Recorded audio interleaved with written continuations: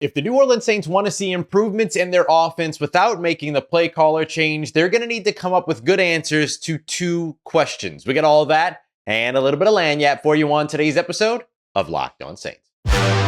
You are Locked On Saints, your daily New Orleans Saints podcast. Part of the Locked On Podcast Network, your team every day.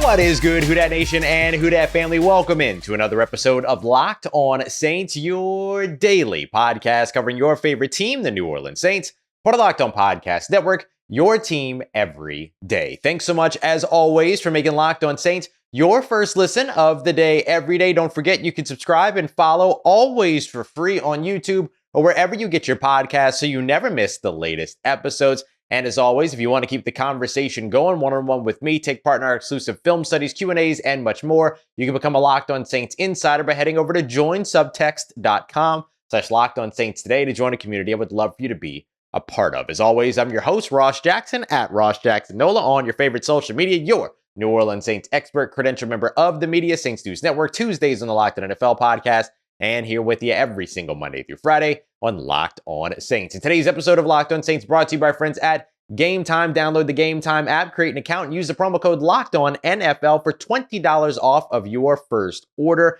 Last minute tickets, lowest price guaranteed. On today's episode of Locked On Saints, we're keeping it rolling with the play caller conversation as the New Orleans Saints sticking with Pete Carmichael as their offensive play caller, looking for improvements on the offense without making changes. Can the New Orleans Saints get that done? We're going to take a look at what the measure of improvement would need to be for this, which actually is maybe a little bit more simple than some are making it, than we might be willing to make it out to be. We're going to take a look at the argument against making the play caller change. Not because I think that it's the right thing, not making the play caller change, but what would be the logic behind getting it done? We got some stats and info for you to kind of help us kind of see the other side of this argument. But I'm going to start on my side of the argument first.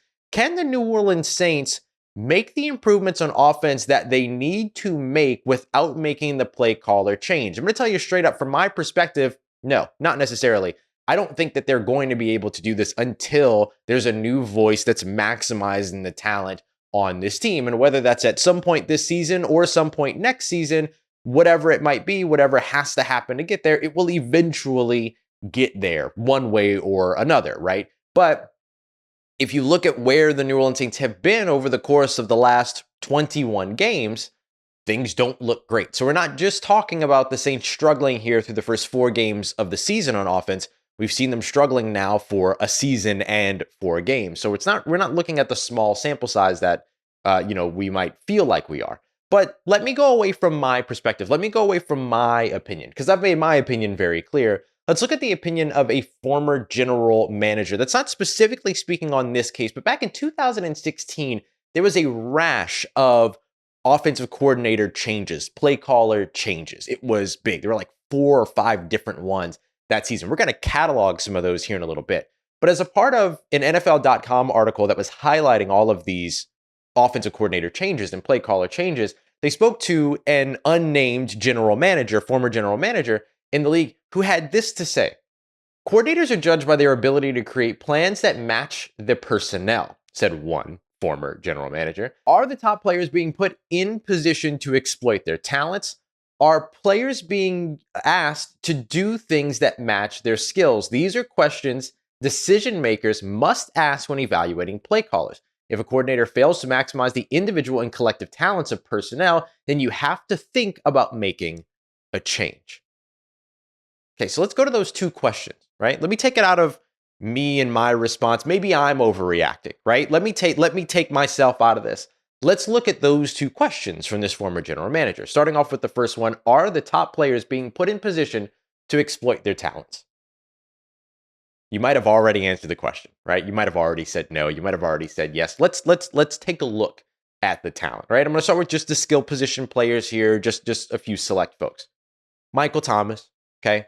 Where's Michael Thomas most effective? Short, intermediate area, very effective in the middle of the field, can go out there and make some tough catches for you. So far this season, Michael Thomas has been asked to run 65, in breaking routes, meaning that he's running routes that at the break are pushing him to the middle of the field, versus 86 out breaking routes, working further towards the perimeter, further towards the sideline, not attacking the middle of the field. Now, that's not Michael Thomas's choice. Michael Thomas runs the route as is called on the play, as is designed on the play that's called. 65 in breaking routes versus 86 out breaking routes. Michael Thomas is being used as a perimeter threat, not an in the middle of the field threat, which we know he excels in.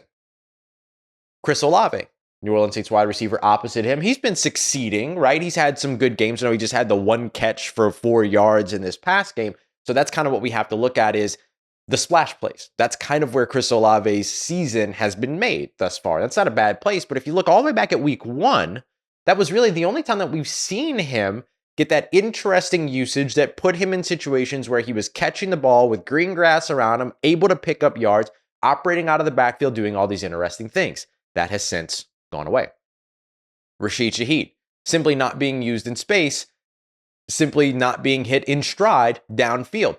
And it doesn't have to be all the way downfield. I'm talking about in stride in the middle of the field. The opportunities for a catch and run. Look at the way that Jalen Waddle is utilized, for instance, or I could say Tyreek Hill too, either one of those guys, the way that they're being utilized in Miami, for instance. We're not seeing that type of usage for a guy who has a similar ability to catch and run in Rashid Shaheed. Instead, what we're seeing are a lot of either you're catching right on the sideline or you're having to go out there and make a catch behind the line of scrimmage and then gain a full head of steam as opposed to being hit while you're already in stride. Alvin Kamara, we've only got one game, but if we base everything back to last season as well, I think we know the reasonable answer to that question if Alvin Kamara is being put in position to exploit his talents. And then finally, Jimmy Graham. Jimmy Graham, I know he's not one of the top 2 tight ends, but remember, he was brought in 6'7". He said, I love the red zone so far. He's run 6 routes in the red zone. 6 routes. On multiple possessions of multiple plays. 6 routes. Okay. So I'm just going to leave that there. Answer the question for yourself for now. Second question, are players being asked to do things that match their skills? I love this question. Let's think about it. Derek Carr, not throwing passes over the middle of the field, not because he's refusing to throw passes over the middle of the field, but because the Saints are not running routes over the middle of the field. The Tampa Bay Buccaneers gave them the middle of the field all day, Sunday, and rarely ran into the middle of the field. Tight ends, also not being used to attack the middle of the field, similar situation. 17.7 average air yards per attempt on 3rd and 5 or shorter against Tampa last week. 3rd and 5 or shorter, 17.7 yards downfield. No, these players are not being asked to do things that match their skills. So these are the 2 things that have to adjust. Can you put top players in position to exploit their talents? Can you ask players to do things that match their skills? So far, we have not seen that, not on a consistent basis, certainly not across the board when it comes to all of the different weapons that the New Orleans Saints have. And an offense should not be struggling because it has too many weapons to game plan for. That can't be an excuse. That can't be a reason. So if we're looking at these 2 things, the answers to those 2 questions so far have been no for this season. So what does that mean for New Orleans? Don't ask me. Ask the former general manager who said that if a coordinator cannot or fails to maximize the individual and collective talents of personnel, then you have to think about making a change. Coming up next, let's flip the script, okay? Let's argue the other side. Why not make a change at play caller? Turns out teams don't often find success when they do that at any point in season. We got that coming up for you as we continue on with today's episode of Locked On Saints, part of Locked On Podcast Network, your team every day. Today's episode of Locked On Saints is brought to you by Gametime. Oh, I love the Gametime app because maybe you're not wanting to show up until game time. Maybe you want to be a game time decision for a game, an event, a comedy show, theater, whatever it is. You can use the Gametime app so that you can take the time that you need and alleviate all of the stress that comes with usually trying to plan to go to some big event. You can even see the vantage point, the view from the seat that you're booking so that there are no surprises when you get there. The Gametime app is awesome. And right now, with their guarantee, if you find a lower price on the same row and in the same section, they'll hit you back 110% of the difference. It is awesome. So take all the guesswork out of buying tickets with the Gametime app. Download the Gametime app, create an account, and use the promo code LOCKEDONNFL for $20 off of your first order. Terms apply. Again, that create an account, redeem code LOCKEDONNFL for $20 off. Download Gametime today. Last minute tickets, lowest price guaranteed. All right, family, continuing on with today's episode of Locked On Saints. So the New Orleans Saints decide not, at least at this point, to make a play call change despite being on verge right now to average the lowest amount of points, or on pace, let me say it that way, to average the lowest amount of points per game since the 2005 NFL season for this franchise. So why do we think the New Orleans Saints made that decision? Appreciate you as always, all of you everydayers out there making Locked On Saints your first listen of the day every day. So look, I'm not really here to make an argument in favor of not making the play caller change. I've been pretty obvious. I've been pretty apparent about what my thoughts are on that. But I am curious to look at why the Saints would make this decision. And one of the things that Dennis Allen said during his day after press conference on Monday was that the Saints, it was that he never really felt like that was going to be the solution at this point. And there is a good reason for that. I think if we're looking at this from the lens of just trying to understand why the Saints don't make this decision, there's a couple of things. The first thing is that teams rarely find success in the same season where they make a play caller. There are examples of finding success, don't get me wrong, but usually those are the exception. Now, if I'm the Saints here, I'm willing to be the exception. I'm willing to pursue the exception, because as we kind of go through these numbers, you're going to hear some things here that are going to go, okay, well, that's probably better than what this team might turn out to be by the time that this is all done if they don't make the change. So, and if things keep going the way that they're going. So let's catalog all this, all right? I've got 7 different instances in the last 21 years where teams across the NFL made an in-season, people got mad at me for saying mid-season, in-season play caller change. Not offensive coordinator change entirely, not head coaching change, which is a different conversation as well, but play caller change. You could actually keep an offensive coordinator on staff and then just move the responsibilities if you want to, things like that. But some of these are also coordinator changes as well, but specifically play calling is what I focused on here. So let's go all the way back to 2002, a familiar name here. The Giants, New York Giants, changed their offensive play caller from, at the time, offensive coordinator Sean Payton, after a 3-4 start that year, so 7 games in, and Jim Fassel, who was the head coach at that time, ended up taking over as the play caller, went 7-2. They went to the playoffs, lost to the San Francisco 49ers in the wild card round. But 7-2, pretty good. So that was all the way back in 2002. 2015, the Lions swapped out another familiar face, Joe Lombardi, for Jim Bob Cooter. They had started off 1-6, went 6-4 down the stretch. I'm going to tell you right now, that's where the success ends. Okay, that's where the winning records stop. 2016, 4 different offensive coordinators or play callers were changed. The Bills went from Greg Roman after an 0-2 start to Anthony Lynn. Anthony Lynn then went 7-7 down the stretch. The Ravens moved on from Mark Trestman after a 3-2 start, went to Marty Mornhinweg, 5-6. The Jaguars went from Greg Olson, 2-5, to Nathaniel Hackett, went 1-8 after that with Nathaniel Hackett back in 2016. And don't worry, you don't have to remember all these numbers. I'm going to total them all up, all that other stuff at the end of this. And then also in 2016, Norv Turner stepped away from the Minnesota Vikings after a 5-2 start. Started off really, really well. Went 3-5 the rest of the way. And then here most recently, 2021, and again, these aren't all of the examples, but these were some of the highlight examples.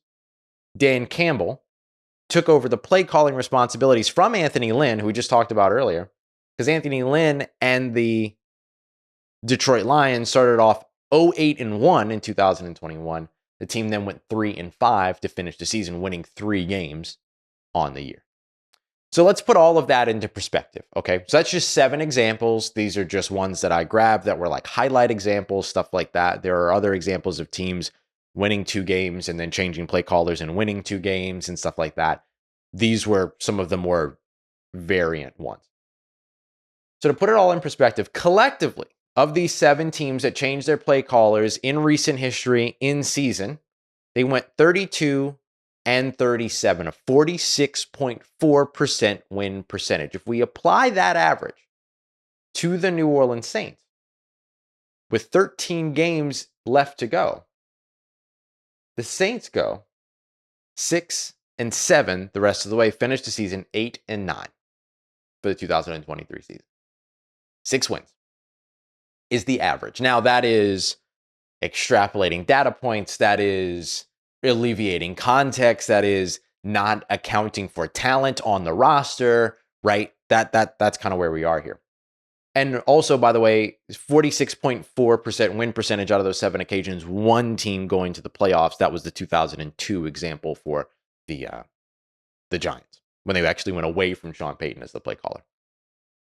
So I think what you have to look at here is, on average, teams win 6 games, right? Teams out of 13 games, on average, teams win about 46% of their games after they change play callers. That would be 6 games the rest of the way for the New Orleans Saints.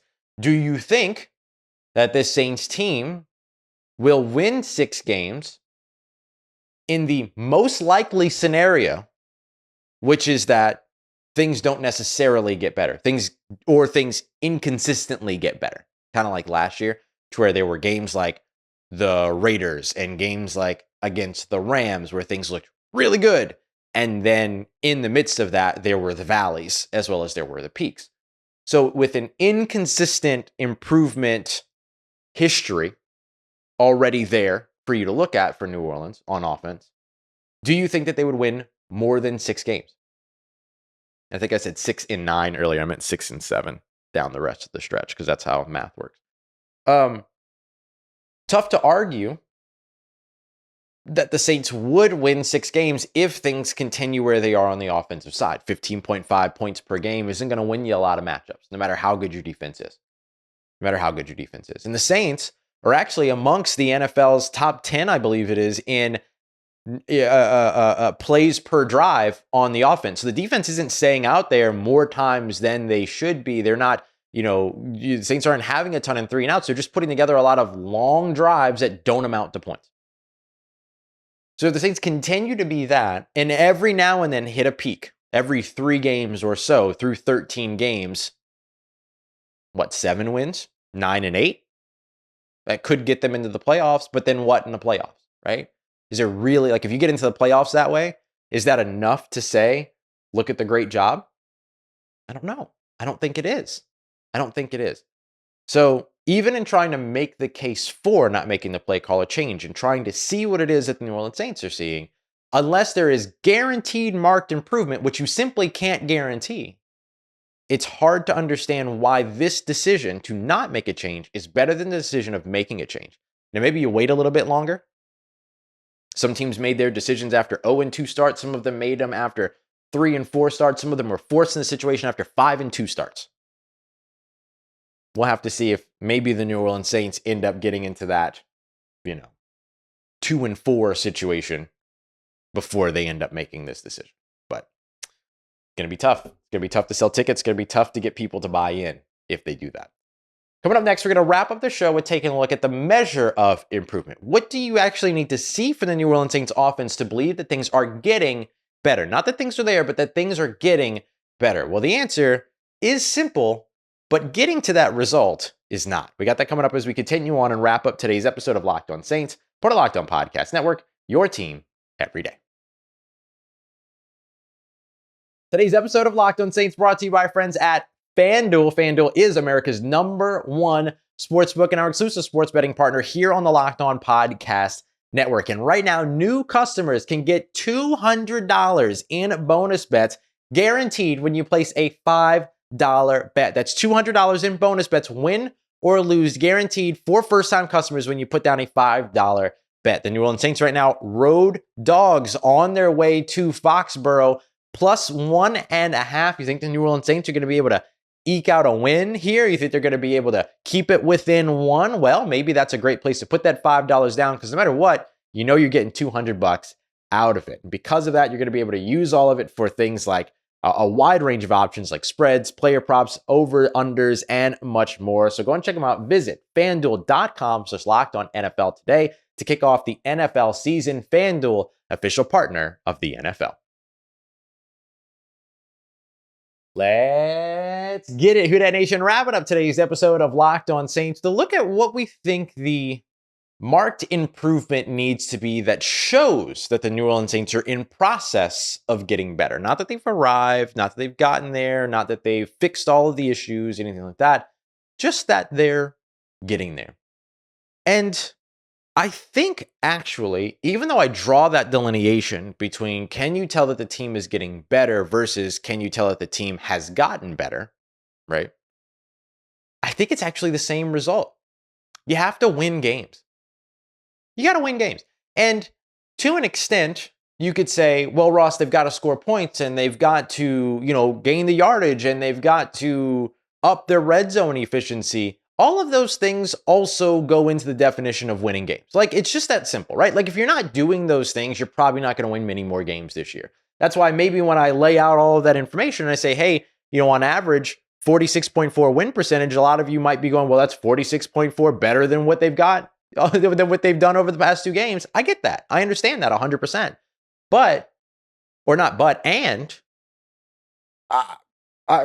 I'm with you on it. Like, I get that idea that, yeah, they got to win games at this point, because it's not just about going out there and moving the ball efficiently, because you can move the ball efficiently, but then stall in the red zone and come up with another game of, 4 field goals and 12 points. And then you're relying on another punt return touchdown by Rashid Shaheed. You're relying on a defensive score by someone, which we haven't seen just yet, but those are the things that you're going to be relying on. And that's not, as we've talked about before, a sustainable way to win games. We discussed this after the Carolina Panthers game. Was what we saw from that Carolina Panthers game a sustainable way to win? Well, the defense certainly can put you in position to do that, but if the offense can't score points, you can't win games. You can also score points on the offensive side, but then we have to be real about the defense that didn't perform extremely well against the Tampa Bay Buccaneers. And I'm not talking about in the third quarter, in the fourth quarter, like we saw specifically in the fourth quarter, like we saw against the Green Bay Packers. I'm talking about early. Missing tackles, giving up third and longs, giving up third downs. I think the Tampa Bay went like 2 of 3 in the red zone. Like, all of these things that the Saints typically do well, the relationship between rush and coverage, not much pass rush, and it ended up impacting the coverage. And in some cases, not much coverage, and it ended up impacting the pass rush. Like Chris Godwin over 100 receiving yards again against the New Orleans Saints. Tampa Bay Buccaneers just beat the New Orleans Saints 3 times in a row for the first time since the series existed. Like, what you're seeing right now is not a sustainable way to win games. It's not complimentary football or whatever you want to call it. So if the Saints want to show that they have improved, the measure of the improvement can't just be about the numbers on the stat sheet. You got to score points. And when you score points, the other side of the ball has to hold up. You got to win games. You got to win games. And at that point, we can say, okay, the improvement is happening as they're winning games. And then we'll stop at the end of the season, look back and say, wow, they really improved because they won games. It's the same criteria. It's the same criteria. It has to be. It has to be. That's still got to be the number one priority for this team. Not just look pretty on the field. One thing to be bad, another thing to be boring. I get that. One thing to be bad, one thing to be bad and boring. 100%. I understand that. Look at what we watched last year. I understand. Offense around the NFL sucks right now. You just had 6 teams that did not score an offensive touchdown in week 4. Got to include if you're just looking at box scores and scores, stuff like that, you got to include the Carolina Panthers in that because they scored defensively, not on the offensive side. Okay, so you're seeing it across the NFL as well. We've always talked about the bell curve, but the New Orleans Saints need to ride the heck out of that bell curve. They have to. Like that bell curve being that the defenses in the NFL, the offenses in the NFL end up starting usually low, and then they get much better toward the middle of the season, and then the injuries set in, the defenses adjust, there's more tape on your offense, all those other things, then you end up coming back down. That's the bell curve. Boop, up and down. But the Saints have got to get on the up, because right now it feels like they're traveling downward somehow. And really that's happening around the NFL. Sacks are up, offensive production is down, scoring is down, all these other things. But that's no excuse. It's not it's happening to everybody situation. Like, we just watched the Miami Dolphins hang 70 on Sean Payton's head top. Like, I don't want to hear it. You know what I mean? Like, it's not just that it's happening around the NFL. Like, it's happening to you. And that's one of the reasons why you're looking at a lot of fans, you're looking at a lot of people, media inside New Orleans and out, that are looking at the New Orleans Saints and going, gotta fix it. Gotta get it fixed. This is not New Orleans Saints football. This is not winning football. This is not the culture, right? You've got guys in the locker room saying, well, it ain't a locker room problem. And you've got a coach that's saying, well, it's execution. That's not a good look, man. It's not a good look. Now, even though Dennis Allen said if you put it all on execution, it's a cop-out, and that they were looking at everything. But look, these are the little things that people outside of New Orleans that don't have the context, people that are covering the team outside of New Orleans that don't have the context of all of it, that aren't in the room with us when we're talking to Dennis Allen, that they don't get. And so they match this soundbite to this soundbite, and boom, that's what starts the narrative against your team. And that's what starts that noise. That's what starts to bog everything down. This is why it's tough to be a bad team in the NFL, right? This is why you've seen issues for teams like the Buffalo Bills and the Detroit Lions, who have come out of that, right? Come up from out of that and could not be happier. And the New Orleans Saints don't want to get into that. They don't want to get into the long-term bad team situation. And so if they want to start showing that marked improvement, winning games is the only thing that's going to do it. Winning games is the only thing that's going to shut people up, like me, like others, like people outside of New Orleans, whoever, that are critical of the team right now. The only thing that's going to shut us up is winning games. And look, the Saints, what do they care what I say? You know what I mean? Like, who am I? You know, they're not worried about shutting me up. They want to prove this. They want to go out there and win games. This is what they dedicated their lives to do. They dedicated their lives to play the game of football. They dedicated their lives to winning. So it's hard for me to believe that they're going to sit idly by in a situation like this, where it's so glaringly apparent to everyone that there are struggles. But it's on the team to go out there and show that marked improvement. The only way to do that is by winning games. All right, y'all. Coming up later on today, we've got the hurry up. We've got the extra point, our quick 5-6 minute short form pieces. They get combined for those of you on the audio side. Situational football. So if you've got questions, hit me up with questions. I'll pick one and then use that for the extra point. And then come up tomorrow on Wednesday, all 22 film notes. We got film study stuff coming to the Subtext crew, to the Locked On Saints Insiders later on today. Whole bunch. So look, I appreciate you sitting here with me while we kind of went through both sides of all this and looked at like what the marked area of improvement is. We'll see. I mean, the New Orleans Saints have a real chance here against the New England Patriots that have not been great this year. But it can't be a mirage against a bad team, right? They've got to consistently put something together. So hopefully we'll start to see that here again soon. Appreciate you as always for making Locked On Saints your first listen of the day every day. And of course, making us a part of your day, part of your routine, for saying yes to me on the show. As always, if you see me, please say hi. And if you need anything else around your New Orleans Saints in between these episodes, make sure you follow me on Twitter at Ross Jackson, NOLA. Hit me up. Let me know how the family's doing. Let me know how you're living. Let me know how you're momming them. And trust Who Dat Nation, I'll holla at you.